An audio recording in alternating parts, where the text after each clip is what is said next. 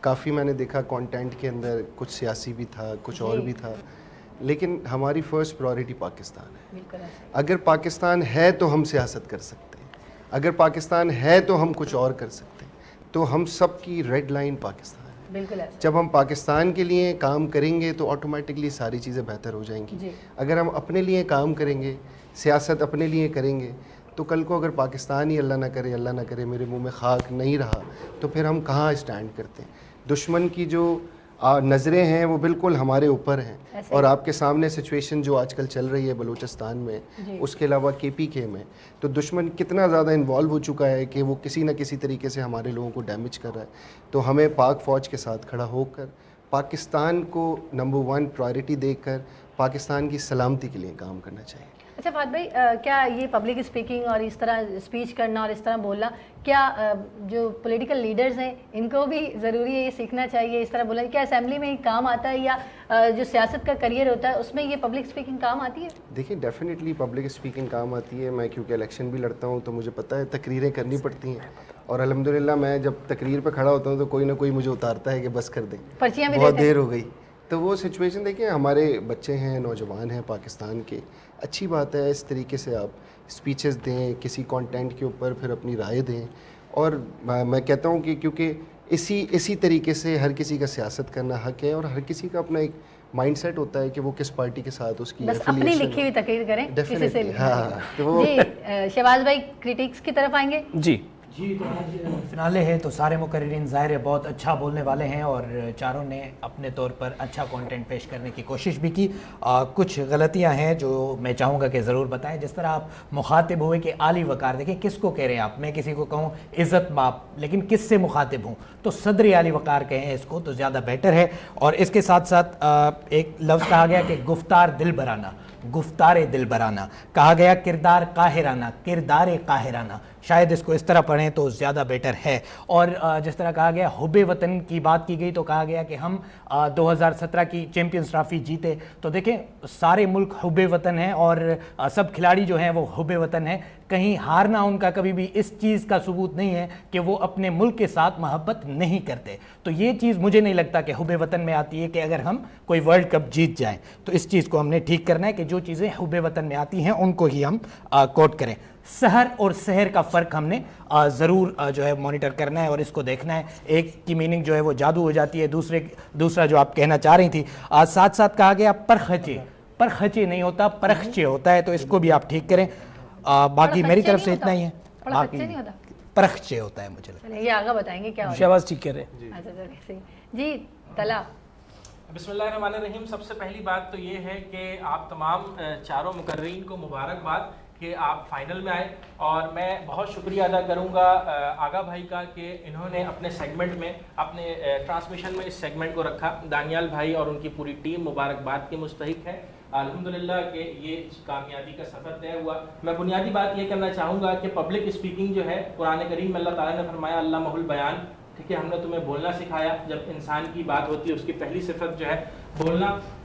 تو میں دیکھنے والے تمام ہی جتنے بھی ہمارے ناظرین ہیں ان سے یہی کہنا چاہوں گا کہ آپ اپنے بچوں کو کمیونیکیشن اسکلز یا پبلک اسپیکر ضرور بنائیے. 75% کامیابی انسان کی زندگی کی, اگر آپ انجینئر ہیں, اگر آپ ڈاکٹر ہیں, آپ کسی بھی پروفیشنل فیلڈ میں ہیں, تو آپ کی 75% کامیابی آپ کے کمیونیکیشن اسکلز کی وجہ سے ہے, اور 25% کامیابی جو ہے وہ آپ کے ٹیکنیکل اسکلز کی وجہ سے ہے. آپ ارسطو سے شروع ہوئیے, وسٹن چرچل تک آئیے, تو وہاں پہ پبلک اسپیکنگ کا بڑا اہم کردار ہے کہ انہوں نے مختلف تہذیبوں کا جو سفر ہے اس کو آگے بڑھایا اور وہاں پر انقلاب برپا کیے. تو آپ اس سفر کو جاری کریٹکس میں بالکل دے دیتا ہوں. سب سے پہلے اگر کریٹکس کے لیے تو ٹائم بہت زیادہ اس لیے لگے گا کیونکہ یہ فائنل ہے اور ہم نے یہاں پہ انصاف سے نبھانا ہے. دیکھیں فرقہ پہلی مقررہ ہے, انہوں نے کہا کہ فرقہ واریت کی وجہ سے جو ہے وہ ہم سندھی بلوچی پٹھان بن گئے. ایسا نہیں ہے, وہ تو قومیت الگ ہے, فرقہ واریت الگ ہے, ٹھیک ہے. اچھا اس سے آگے چلیں تو ہم نے کہا کہ ہم نے قومی دامن کو چھوڑا اور پھر فسادات میں گئے اور بنگلہ دیش بنا. بنگلہ دیش جو ہے نا,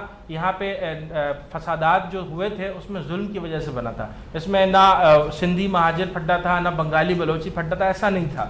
اچھا آگے چلیں, وہ ہم سفر تھا مگر اس سے ہم نوائی نہ تھی. آپ اس سے آگے چلیں تو جیسے کہ ہم نے کہا نا کہ دنیا کے نقشے پر پاکستان ابھرا حب الوطنی کی وجہ سے. پاکستان حاصل کرنا ایک ایسی ریاست بنانا تھا, اس وقت وطن موجود نہیں تھا. اس وقت کا جو انسان کا منشور تھا نا وہ یہی تھا کہ دو قومی نظریہ, اور اس کی بنیاد پہ جو ہے وہ پاکستان بنا. آگے چلے اگر آپ نے کہا نا کہ مزدور حب الوطن ہے کیونکہ وہ محنت کرتے ہیں, اگر آپ یہ کہتے ہیں نا کہ مزدور حب الوطن ہے, محنت کرتے ہیں اور اپنی آمدنی سے ٹیکس بھی دیتے ہیں, تو یہ ان کا عمل جو ہے وہ ثابت کرے گا کہ وہ حب الوطن ہے. سرحدات نہیں ہوتا, سرحد اور سرحد کی جمع اگر آپ کہیں, آغا بھائی اس کو درست کریں گے, سرحدوں میں کہوں گا, ٹھیک ہے, تو یہ ہے, آغا بھائی اپنا بتائیں گے. باقی تو جاگ رزلٹ آپ کے پاس سب آ گیا, رزلٹ آپ کے پاس, نمبر میں نے دے دیا. جاگ پنجابی کا نعرہ اب نہیں لگتا, بہت پرانی بات تھی, تو آپ جب بھی کوئی ایسی بات کیا کیجئے تو اس کو دیکھ لیجئے کہ آیا وہ موجود ہے. جی میرے پاس ہے آپ کی بہت ساری ایسی چیزیں جو آپ کو بیان کرنی ہے, وہ میں یقیناً اس ٹرانسمیشن کے بعد بھی اگر آپ رکیں گے تو جو ایک ہمارا طریق ہے. ناظرین محترم, ہم جب بھی کبھی کوئی تقریری مقابلہ دیکھتے ہیں تو آپ یہ دیکھتے ہیں کہ رزلٹ بن گیا, رزلٹ اناؤنس ہو گیا اور بچے چلے گئے. ایسا نہیں ہوتا. بچے رک جاتے ہیں, آ کر منصفین سے پوچھتے ہیں اور سوال کرتے ہیں کہ میرے نمبر کیوں کم تھے. یہ اختیار ہے یہاں پر, تقریری منظرنامے کا یہ حسن ہے. کیا خیال ہے؟ بالکل. طلحہ اور شہباز یہ تائید کریں گے, اور آپ اگر پوچھ سکتے ہیں کہ ہم نے نمبر کیوں آپ کے کم دیے ہیں, لیکن چونکہ دامن وقت بہت کم ہے اور میرے کان میں مسلسل میرا جو ڈائریکٹر اور پروڈیوسر ہے وہ بول رہے ہیں کہ جی آپ جلدی کریں, تو بس میں اتنا کہوں گا کہ مسفرہ ایک جملہ آپ کے لیے کہہ رہا ہوں. شاید کہ ڈی ہائیڈریشن ہو گئی ہے, روزے رکھ رہی ہیں آپ کے منہ میں جو ہے نا وہ مسئلہ یہ ہو رہا تھا کہ وہ سوکھ رہا تھا اور آپ اپنے لفظوں کو سنبھال نہیں پا رہی تھیں, وہ آپ کے کنٹرول سے باہر ہو رہے تھے اور آپ کی مرضی کے بغیر باہر جا رہے تھے. حالانکہ اس کو اس وقت جانا چاہیے جب آپ کہیں, اور نو کے زبان پہ لفظ آئے تو ادا ہو, خود سے وہ ادا نہ ہو. آپ لفظ کے پیچھے نہیں, لفظ آپ کا پیروکار ہونا چاہیے. پھر اس کے بعد علینا بطول, لفظ حب وطن کو اور محب الوطنی کو آپ نے کچھ ایسا انضمام کر دیا کہ سمجھ میں ہی نہیں آ رہا تھا کہ یہاں محب وطن ہونا چاہیے تھا یا حب وطن ہونا چاہیے تھا. اور پھر اس کے بعد نوجوانوں نے پاکستان آزاد کروایا, شاید یہ کریڈٹ کبھی بھی نوجوانوں کو کسی نے نہیں دیا, آپ نے دے دیا, یہ بڑا کمال تھا. پھر اس کے بعد ہمارے پاس ذوالقرنین عباسی تھے. ذوالقرنین عباسی بہت سارے لفظ بہت ساری چیزوں کے ساتھ جڑے ہوئے ہیں. جیسے ایک لفظ آپ نے کہا پھڑکتی ہوئی آگ, آگ پھڑکتی نہیں ہے, جسم پھڑکتے ہیں, آگ بھپتی ہے. ٹھیک ہے جی, تو سب چیزوں کے لیے الگ الگ لفظ ہیں. یا آپ کہہ دیں کہ آگ بھڑکتی ہے, ٹھیک ہے نا جی, تو وہ پھڑکتی بھی جو آ گیا نا تو وہ بھڑکتی اور پھڑکتی میں فرق نہیں آیا. بھڑکتی کہنا چاہ رہے تھے اور پھڑکتی چلا گیا. ٹھیک ہے جی, ہاں ہو جاتا ہے. لیکن بہرحال میں آپ کو مارجن ہمیشہ آپ کی زبان کا دیتا ہوں. یہ بات میں دونوں کی تائید کے ساتھ کہہ دوں, کسی کا اگر ایکسنٹ اس کے لسانی قبیلے کی وجہ سے ذرا جداگانہ ہے تو اس کو ہمیشہ یہ مارجن ملتا ہے کہ اس کو اس طریقے سے نہیں دیکھا جاتا, اس کو مارجن دیا جاتا ہے. بہت ملا ہے شہباز بھائی کو, شہباز بھائی کو بہت ملا ہے جی. انہوں نے آدھے مؤنث مذکر کر دیا اور مذکر کو مؤنث کر دیا, پھر بھی جیت جاتے جی. اور پھر اس کے بعد جناب ایک چیز اور آئی ملائکہ کی طرف سے, وہ یہ تھا کہ آپ پہلے مزار قائد پہ گئیں, پھر اس کے بعد آپ نے چشم تصور سے دیکھا. بھائی آپ گھر میں بیٹھ کے چشم تصور سے دیکھ لیتی, مزار قائد پہ جانے کی ضرورت کیا تھی؟ یا پھر مزار قائد کو لنک کر دیتی کہ مزار قائد کو دیکھا تو میرے جی میں یہ خیال آیا, میں نے جب سوچا تو میں نے پھر چشم تصور سے دیکھا. مزار قائد سے جتنا جلدی آپ چشم تصور میں گئی ہیں وہ مجھے سمجھ میں ہی نہیں آ سکا کہ کبھی میں بھی جاؤں گا مزار قائد, دیکھتا ہوں چشم تصور کیسے آتا ہے. اور پھر اس کے بعد قدرتی آلام, قدرتی آفات ہوتا ہے, قدرتی آزمائشیں ہوتی ہیں, قدرتی آلام نہیں ہوتا. بلکہ اگر اس کو اس طرح کہیں تو زیادہ بہتر ہوگا کہ آلام, مصیبت یا کوئی بھی پریشانی اگر آپ منسوب کر دیں گے خدا تعالیٰ سے تو شاید یہ حجب کا پہلو نکل آئے گا. آغا دل کی دھڑکن تیز ہو رہی ہے, رزلٹ بتا دیں پلیز. رزلٹ آ گئے جی, لیکن میں نمبر بھی بتاؤں گا نا سب کے, جی سب کے نمبر بھی بتاؤں گا. پہلے تو میں 4th پوزیشن بتا رہا ہوں. ٹھیک ہے. اور 4th پوزیشن جو ہے وہ بتانے سے پہلے میں اگر ایسا کہہ دوں کہ اگر پڑھنے میں مجھے دقت ہو تو ذرا دیکھ لیجئے گا, تھوڑا سا میرا نظر کا مسئلہ ہو رہا ہے. 4th پوزیشن ہے جی ملائکہ کی. جی جی کچھ کہا آپ نے. اور 3rd پوزیشن ہے جی ذوالقرنین کی. کچھ بولا آپ نے مجھے دیکھ, اچھا یہ ایسے ہے پرچی, یار کمال کرتے ہو یار, الٹی پرچی دے دی تو نمبر تو اس کے ساتھ یار. یہ آپ نے اچھا رلا دیا آپ نے بھائی یہ کیسے لکھا ہوا ہے یار. فہد بھائی یہ ان کی شرارت ہے. اچھا جی, تو بھائی میں تھرڈ پوزیشن بتا رہا ہوں اور بعد میں فورتھ پوزیشن بتاؤں گا. تھرڈ پوزیشن ہے میرے پاس 56 نمبر لے کر 90 نمبروں میں سے, اور ان کا نام ہے مسفرہ. آپ کی تھرڈ پوزیشن ہے. اور اس کے بعد میں بتا رہا ہوں سیکنڈ پوزیشن, اور سیکنڈ پوزیشن جو ہے وہ 63 مارکس کے ساتھ ہے اور نام ہے ملائکہ. اور اس کے بعد میں بتا رہا ہوں فورتھ پوزیشن, اور فورتھ پوزیشن جو ہے وہ ایک مرتبہ پھر علینا آپ کی ہے, اور فاتح جو ہے وہ 68.5 نمبروں کے ساتھ آج کے فاتح ذوالقرنین عباسی. بہت مبارک ہو بھائی ان کے گفٹس. جی گفٹس, اور تاکہ میں یہ ایک دفعہ نمبر بتا دیں, یہ ہماری روایت ہے. جی میں سب سے پہلے جو ہے وہ علینا کے نمبر اپنے پاس سے بتا رہا ہوں, آپ اپنے پاس سے بتائیے. علینا کو میں نے نمبر دیے ہیں جناب 20. میں نے دیے ہیں 7.5. علینا کو میں نے دیے ہیں 18.5. ٹھیک ہے جی. اس کے بعد جناب میں بتا رہا ہوں مسفرہ کو میں نے دی ہیں 24. مسفرہ کو میں نے دیے ہیں 19. مسفرہ کے میرے پاس بھی ہیں 19. میں نے ذوالقرنین کو دیے ہیں 26. میں نے 22. میں نے 20.5. اور میں نے ملائکہ کو بھی دیے ہیں 26.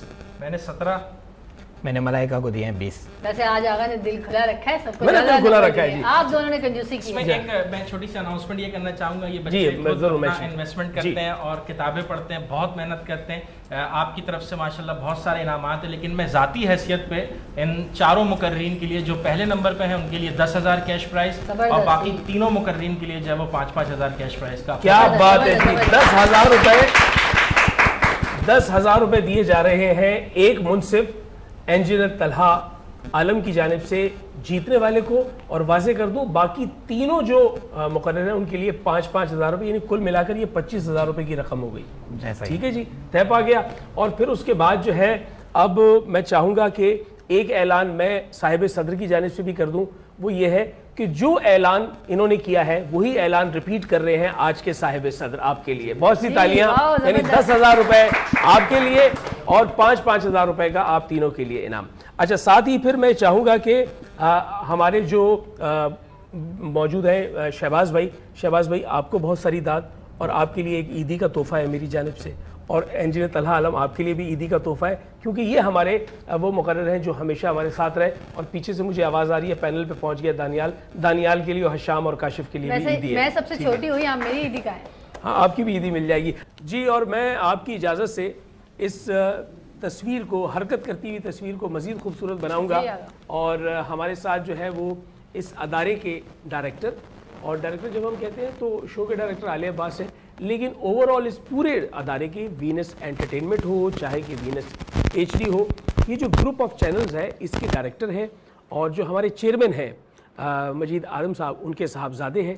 اور ان فیکٹ اگر دیکھا جائے تو اس ٹیلی ویژن کی اصل روح ہے, جو واقعتاً اس چینل میں جتنی بہتری آ رہی ہے, جتنی خوبصورتی آ رہی ہے, اس کے پیچھے ان کا ویژن ہے. تو وہ ویژن بیونڈ, وہ والی بات جو میں اگر آپ کو اشارہ کروں تو جیسے میاں صاحب کے لیے کہا جاتا ہے میاں صاحب آپ کا ویژن ہے, تو یہ وہ والا ویژن ہے. تو وہ ویژن ہے جس کو ہم یہاں پر جس شخصیت کو بلا رہے ہیں, میں چاہوں گا کہ یقیناً جتنے بھی سٹاف موجود ہیں سب تالیاں بجائیں گے, کیونکہ وہ ہم سب کے باس ہیں. تو باسز کا باس آ رہا ہے, اور اتنے ملنسار اور اتنے ڈاؤن ٹو ارتھ ہیں کہ جو آئیڈیا ہم جا کر پچ کرتے ہیں وہ کہتے ہیں یہ آئیڈیا بھلا لگ رہا ہے, آپ پروفیشنل ہیں, اسے کر لیجئے. تو یہ اعتماد وہ دیتے ہیں ہمیشہ. بہت پیار کے ساتھ چاہوں گا کہ ہمارے گروپ آف چینلز کے یعنی وینس HD اور وینس انٹرٹینمنٹ کے ڈائریکٹر جناب نعمان مجید صاحب سے درخواست کروں گا کہ تشریف لائیں پلیز. سر فاضل شفیق صاحب کے ساتھ آپ ہمارے یہیں کھڑے ہوئے سر, اور سر پلیز ساتھ آئیے. اور اس کے ساتھ ہی میں درخواست کروں گا عالم باعمل اور ہمارے فہم دین کا مستقل حصہ اور ہمارے بہت محترم جناب علامہ شہریار نقوی صاحب سے کہ وہ بھی تشریف لائیں. قبلہ ساتھ تشریف لائیں. اور اس کے بعد میں درخواست کروں گا انتہائی ادب سے اس شخصیت سے کہ جو ہمارے پاس خصوصاً تشریف لائے ہیں اور جس مقصد کے لیے آئے ہیں وہ مقصد بڑا متبرک ہے, بہت مقدس ہے. بہت محبت کے ساتھ میں درخواست کروں گا ڈائریکٹر جنرل اسلامی جمہوریہ ایران کے خانہ فرنگ کراچی کے محترم جناب ڈاکٹر سعید طالبینیا. آپ کی بھرپور تالیوں میں ایران پاکستان دوستی کا مظہر ہے ڈاکٹر سعید طالبینیا صاحب, پلیز.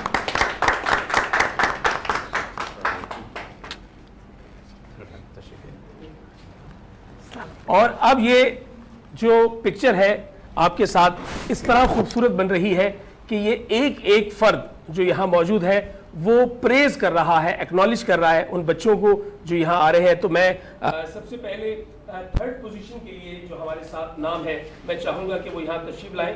تھرڈ پوزیشن ہمارے پاس ہے مسفرہ. تو مسفرہ یہاں آئیے عابدہ کے پاس, اور یہ ٹرافی آپ کے ہاتھ سے لی جا رہی ہے, یہ لیجئے جناب. اور اس کے بعد یہ ایک گفٹ ہیمپر ہے جو آپ کے ہاتھ سے دیا جا رہا ہے, یہ لیجئے گا. اور اس کے بعد یہ ایک تحفہ ہے جو اس میں ہے, اور یہ گولڈ ہے, اور آپ یہ ظاہر سی بات ہے آپ پہنیں گی. تو میں چاہوں گا کہ نعمان بھائی کے ہاتھ سے یہ آپ لیں, اور یہ ہمارے بہت پیارے دوست ہمارے جگری یار ایاز میمن موتی والا کی طرف سے آپ کو دیا جا رہا ہے. بسم اللہ جی. بہت شکریہ, مبارک. بہت شکریہ. اور ساتھ ہی آپ ایک انعام اور لیں گے, وہ یہاں سے مل رہا ہے آپ کو, ایک 5,000 روپے کا کیش ہے جو آپ کے ساتھ جا رہا ہے. اور اس کے بعد جی سیکنڈ پوزیشن ہے. سیکنڈ پوزیشن کے لیے میں چاہوں گا ایک مرتبہ پھر ڈاکٹر سعید طالبینیا صاحب یہ پیش کریں گے, اور میں نام لوں گا ملائکہ جی. پلیز تشریف لائیے گا. اور ایک تحفہ جو ہے وہ آپ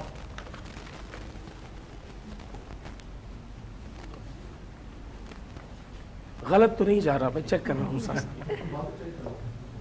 کیونکہ اس کے درمیان میں جو ہے نا ایک بہت بڑا تحفہ ہے. گفٹس بھی بعد میں چینج کر لیجیے جی. اور یہ جی پلیز, اور آپ کی طرف سے جو انعام ہے وہ بھی ٹھیک ہے جی. اور اس کے بعد جی فرسٹ پوزیشن, اور یہ ہے جناب ہمارے ذوالقرنین عباسی جی. اور جناب ایک تحفہ آپ کی جانب سے, اور یہ, اور کیسی عجب بات ہے کہ یہ جو آپ کو مل رہا ہے نعمان صاحب کے ہاتھ سے, یہ بیسیکلی ایک سونے کا سکہ ہے جس سے زیور بنایا جا سکتا ہے. ہم سوچ رہے تھے کہ کوئی فیمیل جیتے گی تو شاید یہ گھر میں ہی آپ کے کسی کے کام آئے گا. ایک تحفہ یہاں سے آپ کے لیے. سونے کے سکے کی مالیت اگر آپ بتا دیں گے تو بھائی وہ مالیت نہیں بتاتے ہم, سونے کا سکہ آپ تک پہنچ گیا ہے اور اسے مخفی رکھتے ہیں. آپ سب کی آمد کا بہت بہت شکریہ, خاص طور پہ آغا صاحب آپ کا بہت بہت شکریہ. فورتھ پوزیشن کے لیے بھی گفٹ ہے. فورتھ پوزیشن کے لیے بھی گفٹ ہے, تو میں چاہوں گا یہ گفٹ جو ہے وہ آغا صاحب آپ کے ہاتھ سے پیش ہو جائے. جناب علینا یہ لیجیے گا. آپ کے پاس فورتھ پوزیشن کا بھی انعام ہے. اچھا وہ ایک لفافہ کم پڑ گیا تھا تو یہ کیش ایسے ہی دیا جا رہا ہے جی. سلامت رہیے, بہت شکریہ. ناظرین محترم, یہاں ہم رخصت چاہیں گے, اور لیکن یہ جو خوبصورت تصویر بنی ہے دراصل ان نوجوانوں کے لیے انسپریشن بنی ہے. علماء میں سے یہاں نمائندگی موجود ہے, یہاں پر ہمارے چینل کے اونر موجود ہیں, پاکستان مسلم لیگ نون کے ایک عہدیدار اور وزیر اعظم پاکستان کے نمائندہ یہاں موجود ہیں, اور ایک یہاں پر ڈپلومیٹ موجود ہیں. یہ ساری پکچر بتا رہی ہے کہ ہم تقریری منظرنامے کو تنوع اور ترقی کے ساتھ آگے بڑھتا ہوا دیکھنا چاہتے ہیں. جتنے لوگ سیٹ پہ موجود ہیں ان سب کی جانب سے, موجود جو نظر آ رہے ہیں جو نظر نہیں آ رہے ان سب کی جانب سے, دانیال گھانچی, کاشف, اور پھر اس کے ساتھ حشام, اور یہ دونوں نوجوان جو ہمارے ساتھ موجود ہیں یعنی شہباز ابراہیم اور طلحہ عالم, ان سب کے لیے داد. اور میں چاہوں گا ایک دفعہ بھرپور تالیاں ہوں کہ ان کو پریز کر رہے ہیں. آپ چاروں پاکستان کا مستقبل ہیں. سج گئے گھر گھر دسترخوان, رمضان رمضان